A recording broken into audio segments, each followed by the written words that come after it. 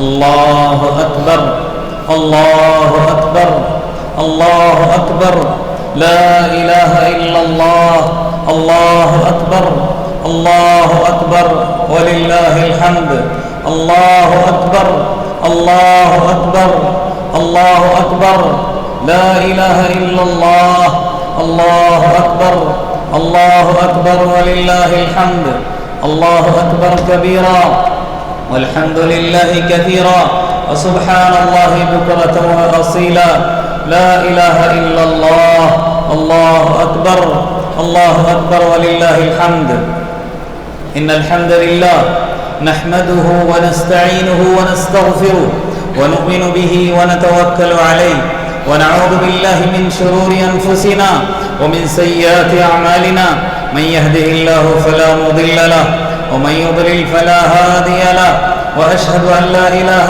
إلا الله وحده لا شريك له وأشهد أن محمدا عبده ورسوله أما بعد فإن خير الحديث كتاب الله وخير الهدي هدي محمد صلى الله عليه وسلم وشر الأمور محدثاتها وكل محدثة بدعة وكل بدعة ضلالة وكل ضلالة في النار وكما قال عليه الصلاة والتسليم بعد أعوذ بالله من الشيطان الرجيم بسم الله الرحمن الرحيم يا أيها الذين آمنوا اتقوا الله حق تقاته ولا تموتن إلا وأنتم مسلمون يا أيها الناس اتقوا ربكم الذي خلقكم من نفس واحدة وخلق منها زوجها وبث منهما رجالا كثيرا ونساء واتقوا الله الذي تساءلون به والأرحام إن الله كان عليكم رقيبا يا أيها الذين آمنوا اتقوا الله وقولوا قولا سديدا يصلح لكم أعمالكم ويغفر لكم ذنوبكم ومن يطع الله ورسوله فقد فاز فوزا عظيما وقال الله تعالى في موضع آخر ومن يرغب عن ملة إبراهيم إلا من سفه نفسه ولقد اصطفيناه في الدنيا وإنه في الآخرة لمن الصالحين إذ قال له ربه أسلم قال أسلمت لرب العالمين رب اشرح لي صدري ويسر لي أمري واحلل عقدة من لساني يفقهوا قولي ربي زدني علما سبحانك لا علم لنا إلا ما علمتنا إنك أنت العليم الحكيم حاضرین عید الاضحیٰ اور میرے پیارے پھول جیسے بچوں، ہر طرح کی تعریف، کبریائی، بڑائی اس وحدہ لا شریک کے لیے لائق اور زیبا ہے جس نے مجھ کو اور آپ کو عید الاضحیٰ کی یہ بابرکت ساعت یا گھڑی عطا کی۔ ہم میں سے سبھی جانتے ہیں کہ اس سے پہلی والی عید، رمضان کے بعد والی عید الفطر کیسے ہماری گزری، کس طرح سے وہ ایام ہم نے گزارے ہم سبھی جانتے ہیں۔ شاید کہ کوئی ایسے ہوں گے جن کی نماز مسجد میں آ کر باجماعت ادا کی گئی ہو، یا عید الاضحیٰ عید الفطر کی نماز عیدگاہ جا کر کنہوں نے اگر ادا کی ہو، بہت کم ایسا ہوا۔ ہم عید الفطر کے موقع پر محصور تھے، بندھے ہوئے تھے، مجبور تھے، اپنے گھروں کے اندر نماز پڑھنے پر مجبور تھے، لیکن ہم اس وقت اللہ کا شکر ادا کریں، اللہ کی تحمید اور بزرگی بیان کریں کہ اللہ تبارک و تعالیٰ نے وہی وحدہ لا شریک ہے جس نے ہم کو یہ مبارک ساعت عطا کی۔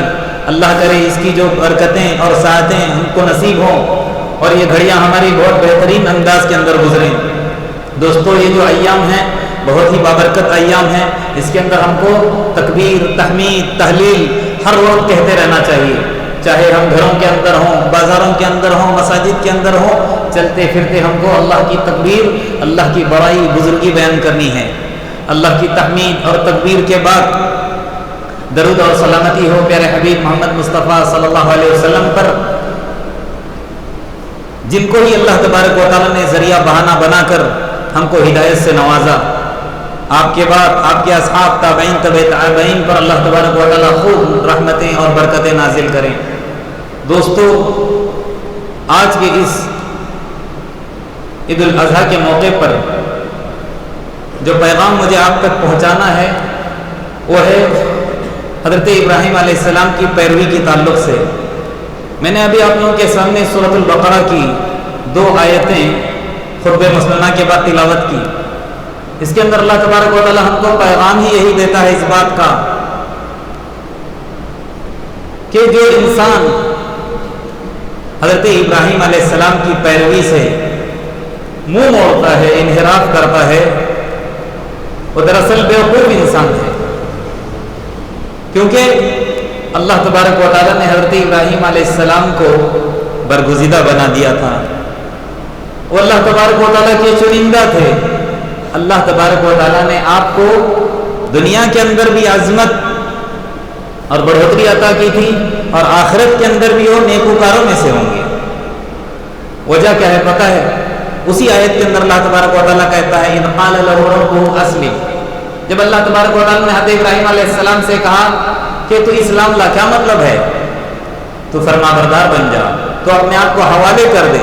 تو انہوں نے کیا کہا تھا؟ اسلمت لرب العالمین، میں اپنے آپ کو اس کے حوالے کرتا ہوں جو تمام جہانوں کا کیا ہے؟ پروردگار ہے، رب ہے، پالنہار ہے۔ حضرت ابراہیم علیہ السلام نے اپنے آپ کو اللہ تبارک و تعالیٰ کے حوالے کر دیا۔ یہ آیت ہم کو یہی پیغام دیتی ہے کہ اطاعت اور فرمانبرداری کا ایسا نمونہ پیش کر دیا کہ میں آپ سوچ نہیں سکتے۔ قرآن پاک کا اگر ہم مطالعہ کریں گے تو ہم کو حضرت ابراہیم علیہ السلام کا تمام انبیاء کی سیرت کے تعلق سے ہم کو معلوم ہو جائے گا۔ اللہ تبارک و تعالیٰ نے قرآن پاک کے اندر جتنے بھی انبیاء، محمد صلی اللہ علیہ وسلم سے پہلے جتنے بھی دنیا کے اندر انبیاء ہے، سب کی اتباع، سب کی پیروی کرنے کے لیے کہا، لیکن وہ بالاجماع۔ کیا مطلب ہے؟ اجتماعی طور پر اللہ تبارک و تعالیٰ نے کہا کہ تم سب ان کی پیروی کرو، ان کے راستے پر چلو، کامیاب ہو جاؤ گے۔ لیکن خصوصاً حضرت ابراہیم علیہ السلام کا جب تذکرہ قرآن کے اندر آتا ہے تو اللہ تبارک و تعالیٰ حضرت محمد صلی اللہ علیہ وسلم کی امت یعنی ہم لوگوں کو کہتا ہے کہ تم کو کامیابی چاہیے تو کن کی پیروی کرنی ہے؟ حضرت ابراہیم علیہ السلام کی ملت کی۔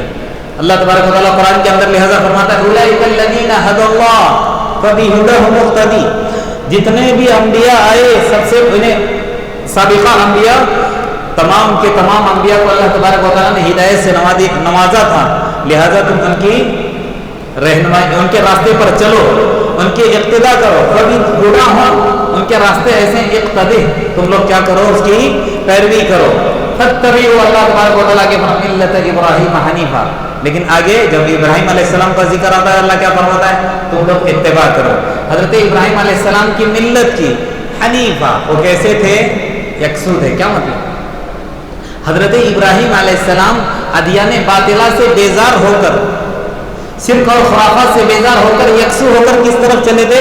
ایک اللہ وحدہ لا شریک کی طرف۔ اللہ تبارک و تعالیٰ نے ان کے لیے ہدایت کے راستوں کو کھول دیا۔ ہم میں سے ہر ایک جانتا ہے کہ حضرت ابراہیم علیہ السلام کی زندگی کیا ہے؟ بالکل مجاہدوں سے بھری ہوئی، اتنی آزمائشیں، اتنی تکلیفیں، ایک دور کے بعد ایک دور، ایک دور کے بعد ایک دور، آزمائشوں پر آزمائشیں ہی آتی گئی۔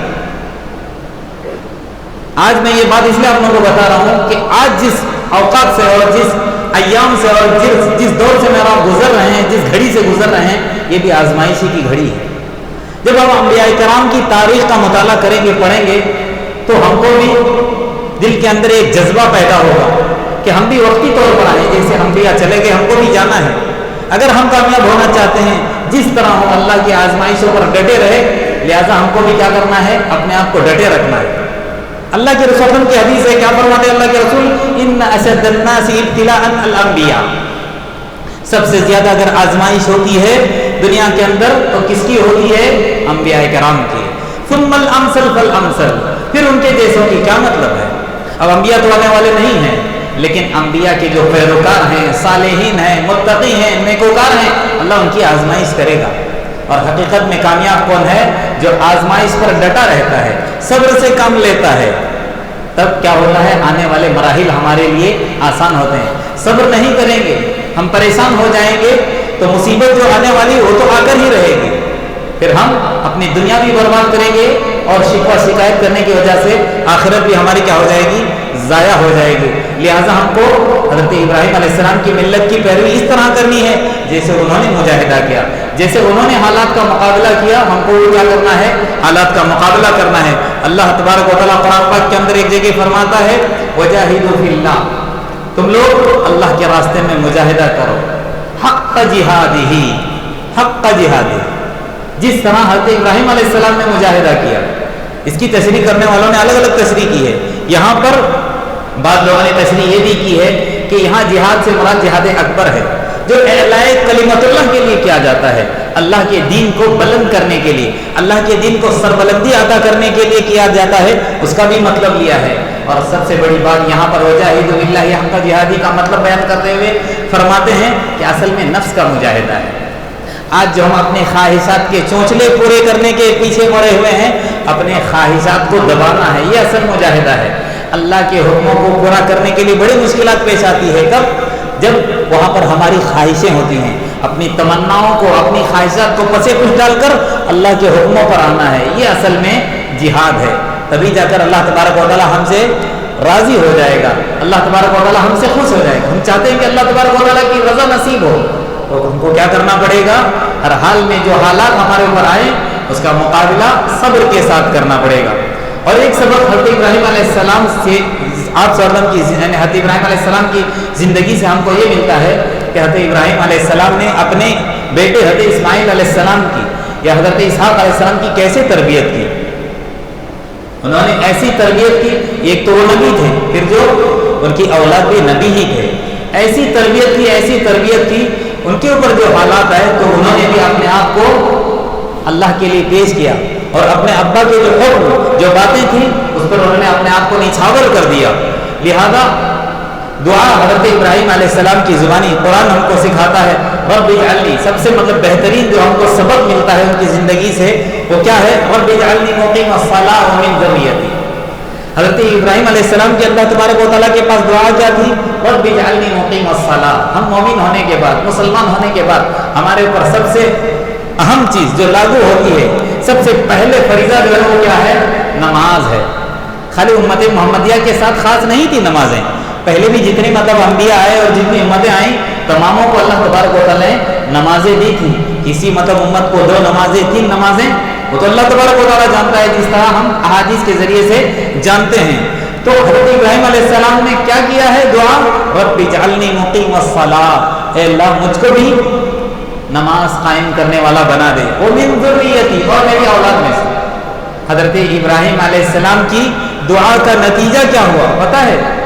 اللہ تبارک و تعالیٰ نے ان کے اولاد کو اطاعت گزار اور فرما بردار بنا دیا۔ اور اسی سورہ بقرہ کے اندر ایک جگہ انہوں نے کیا کہا؟ کیسی دعا کہ اللہ تبارک و تعالیٰ سے وَجُنُوبُنِي وَبَنِيَّ أَن نَّعْبُدَ الْأَصْنَامَ۔ اس دعا کے بارے میں غور کیجیے آپ لوگ۔ کبھی ہم لوگوں نے ہاتھ اٹھا کر دعا کی ہے کہ اللہ تبارک و تعالیٰ میری اور میرے اولاد کی شرک سے حفاظت فرما، بدعات سے، خرافات سے حفاظت فرما۔ آج ہم دعائیں کرتے ہیں، اے اللہ میرا اچھا گھر ہو، اچھا مکان ہو، میری گاڑی ہو، میرا بنگلہ ہو، بہترین لڑکا میری لڑکی کے لیے، اس طرح کی دعائیں کرتے ہیں۔ لیکن یہاں پر حضرت ابراہیم علیہ السلام ہم کو کس بات کا پیغام دے رہے ہیں؟ کون سی تعلیم دے رہے ہیں؟ کیا سکھا رہے ہیں؟ کہ اللہ مجھے نمازی بنا، میری اولاد کے اندر بھی نمازی پیدا کر، اے اللہ مجھ کو بھی شرک سے، بدعات سے، خرافات سے محفوظ رکھ، اور میری اولاد کو وَجُنُوبْنِي وَبَنِيَّ، مجھے بھی بچا اور میری اولاد کو أَن نَّعْبُدَ الْأَصْنَامَ، کہ کہیں ہم بتوں کی پوجا نہ کریں، بتوں کی پوجا نہ کریں، بتوں کی پوجا سے اللہ تو ہماری حفاظت فرما۔ ہم بت سے مراد کیا سمجھتے ہیں؟ کہ مورتیاں ہیں، اسی کو پوجنا ہے۔ آج ہمارے دلوں کے اندر کتنی مورتیاں ہم نہیں جانتے ہیں۔ بات کے اندر ہم بجائے اللہ تبارک و تعالیٰ کو پکارنے کے غیر اللہ کو پکارتے ہیں۔ دل و دماغ کے اندر کی مورتیوں کو بھی نکالنا ہے۔ ہر حال میں ہمارا دھیان کس کی طرف ہو؟ اللہ تبارک و تعالیٰ کی طرف۔ ہم سچے پکے موحد بنیں، اللہ کی توحید کو جانیں، توحید ربوبیت کیا ہے، توحید الوہیت کیا ہے، آسما صفات کیا ہے، اس کا علم حاصل کریں، اس کے مطابق زندگی گزارنے والے بنیں۔ تبھی ہم کیا ہو جائیں گے؟ اس دنیا کے اندر بھی سرخرو اور آخرت کے اندر بھی سرخرو۔ یہی پیغام دیتا ہے، یعنی یہ دعا ہم کو یہی پیغام دیتی ہے کہ اے اللہ مجھ کو بھی اور میری اولاد کو بھی بتوں کی پرستی سے محفوظ رکھ۔ اور ایک دعا حضرت ابراہیم علیہ السلام نے، یعنی کہتے ہیں نا دعا بھی بے حد ضروری ہے اپنے اولاد کے لیے۔ حضرت ابراہیم علیہ السلام نے جو دعا کی تھی 2500 سال پہلے، محمد صلی اللہ علیہ وسلم دنیا کے اندر آنے سے 2500 سال پہلے جو دعا کی تھی، آج ہم جو دعائیں کرتے ہیں اس کے اثرات پڑتے ہیں ہماری اولاد پر، نہ صحیح اولاد کی اولاد پر ضرور پڑتے ہیں۔ دعا کی تھی کتنی؟ محمد صلی اللہ علیہ وسلم دنیا کے اندر آنے سے 2500 سال پہلے اللہ تبارک و تعالیٰ نے ان کی دعا کو قبول کیا، اور وہ دعا کیا تھی؟ ربنا، اے ہمارے رب، وابعث فیہم، اے اللہ ان کے اندر تو بھیج دے رسولاً، ایک رسول منہم، انہی میں سے۔ اصل بتانا میں یہ چاہتا ہوں، اللہ تبارک و تعالیٰ نے حضرت ابراہیم علیہ السلام کو کہاں آباد کیا تھا؟ مکہ کے اندر۔ ابراہیم علیہ السلام جب اپنی گھر والی کو اور اپنے بچے کو لے کر گئے تھے ایسے ریگستان کے اندر، وہاں نہ پانی تھا، نہ دانا تھا، نہ پیڑ تھے، نہ پودے تھے، بے آب و گیا زمین پر۔ وہاں جا کر حضرت ابراہیم علیہ السلام نے نئے سرے سے اس بستی کو آباد کیا تھا۔ تو یہ دعا کیا کریں؟ ایسی بستی کو اللہ تبارک و تعالیٰ تیرے حکم سے، تیری مدد سے میں نے تو آباد کیا ہے، اب یہاں اس کے اندر جو نسل آئے گی ہو سکتا ہے مطلب سرکش ہو جائے، نافرمان ہو جائے، تو اللہ تو ان کے اندر ایسے بھی رسول بھیج جو انہی میں سے ہوں، یتلو علیہم آیاتک، جو ان کے اوپر تیری آیتوں کو پڑھ پڑھ کر سنائیں، اگر ان سے کچھ خطائیں ہوں، غلطیاں ہوں تو ان کو سمجھائیں، بتائیں، یتلو علیہم آیاتک ویعلمہم الکتاب والحکمہ، اور ان کو کتاب اور حکمت کی تعلیم دے۔ کتاب اور حکمت سے مراد کیا ہے؟ قرآن اور حدیث کی تعلیم ہے۔ وَيُزَكِّيهِمْ، اور ان کا تزکیہ کریں، اور تزکیہ کس بات سے؟ اگر وہ شرک کر بیٹھیں، اگر وہ کفر کر بیٹھیں، اگر وہ سرکشی اور بغاوت کر بیٹھیں، اس سے اللہ تبارک و تعالیٰ تو کیا کر لے؟ تزکیہ کر لے۔ اِنَّكَ أَنْتَ الْعَزِيزُ الْحَكِيمُ، اور اس بات پر کون قادر ہے؟ اللہ تبارک و تعالیٰ، بے شک تو عزیز ہے اور حکمت والا ہے۔ دوستو اور آپ اس دنیا کے اندر کیا ہیں؟ ہم گواہ ہیں، آخرت کے اندر بھی امتوں کے لیے اور اس دنیا کے اندر بھی پچھلی امتوں کے لیے ہم کیا ہیں؟ گواہ ہیں۔ ہم لوگوں کو اللہ تبارک و تعالیٰ نے جو اسلام سے نوازا ہے، جب ہم دنیا سے جائیں تو ایک چھاپ چھوڑ کر جائیں، ایک ایسا ہمارا سکہ ہو کہ ہم جانے کے بعد بھی لوگ ہمارا نام لیں۔ ایسی بھی دعا حضرت ابراہیم علیہ السلام کرتے تھے۔ وہ دعا کون سی تھی؟ وَاجْعَلْ لِي لِسَانَ صِدْقٍ فِي الْآخِرِينَ، اے اللہ جب میں چلا جاؤں تو میرے بعد آنے والے لوگ میرا ذکر خیر کریں۔ کیا کریں؟ ذکر خیر کریں۔ حدیث کے اندر آتا ہے، بخاری کی روایت ہے، اللہ کے رسول صلی اللہ علیہ وسلم نے فرمایا، اے میرے مطلب ساتھیوں، اے امت محمدیہ، اے میرے پیروکاروں، انتم شہداء اللہ فی الارض، تم اس زمین کے اندر کیا ہو؟ اللہ کے گواہ۔ ہم کیا ہیں؟ مسلمان اللہ کے گواہ ہیں، لوگوں کو اللہ کی طرف بلانے والے ہیں، کلمہ شہادہ کی گواہی دینے والے ہیں۔ انتم شہداء اللہ فی الارض۔ اور نتیجہ کیا ہوا؟ جب ابراہیم علیہ السلام جو دعا کی تو ہر ایک، چاہے وہ یہودی ہو، چاہے وہ نصرانی ہو، چاہے وہ مشرک ہو، ہر ایک کیا کرنے لگا؟ اپنی نسبت کس کی طرف کرنے لگا؟ حضرت ابراہیم علیہ السلام کی طرف۔ ہر کوئی کہتا تھا کہ ہم ابراہیم کے پیروکار ہیں، ہم ابراہیم علیہ السلام کے پیروکار ہیں۔ حقیقت میں کوئی اپنی نسبت ابراہیم علیہ السلام کی طرف کر ہی نہیں سکتا۔ مشرک کو حق نہیں ہے، یہودی کو حق نہیں ہے، نصرانی کو حق نہیں ہے۔ اگر حق کسی کو ہے تو کس کو ہے؟ مجھ کو اور آپ کو۔ اللہ تبارک و تعالیٰ نے قرآن کے اندر کیا فرمایا؟ ما کان ابراہیم یہودیا ولا نصرانیا ولکن کان حنیفا مسلم۔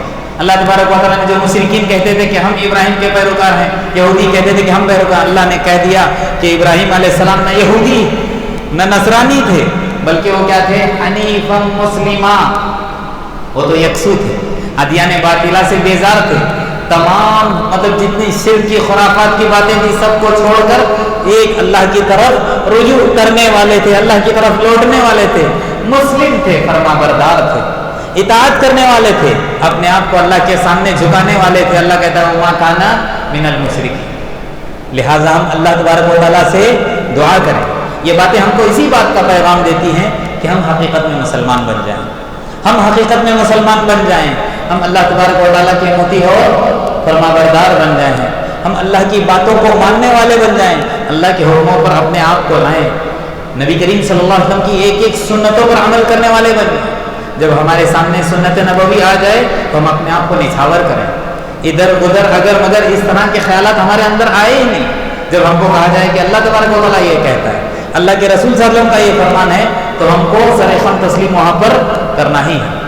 آخر میں اللہ تبارک و تعالیٰ سے دعا ہے، جتنی باتیں ہم کہتے ہیں، سنتے سناتے ہیں، اس کے مطابق اللہ تبارک و تعالیٰ ہم کو عمل کرنے والا بنا دے، سچا پکا مسلمان بنا دے، سچا پکا نمازی بنا دے، ماں باپ کا اللہ تبارک و تعالی ہم کو مطیع اور فرما بردار بنا دے، اللہ اپنا ہم کو مطیع اور فرما بردار بنا دے، شرک سے، بدعات سے، خرافات سے میرے اور آپ کی پورے امت مسلمہ کی حفاظت فرمائیں۔ یہ جو بلا دنیا کے اندر پھیلی ہوئی ہے جلد سے جلد اللہ تبارک و تعالی اس کا خاتمہ کر دے، یہ بیماری جلد سے جلد ختم ہو جائے، آمین۔ وآخر دعوانا ان الحمدللہ رب العالمین۔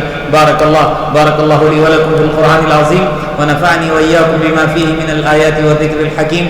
اقول قولی ھذا واستغفر اللہ لی ولکم ولسائر المسلمین من کل ذنب فاستغفروہ انہ هو الغفور الرحیم۔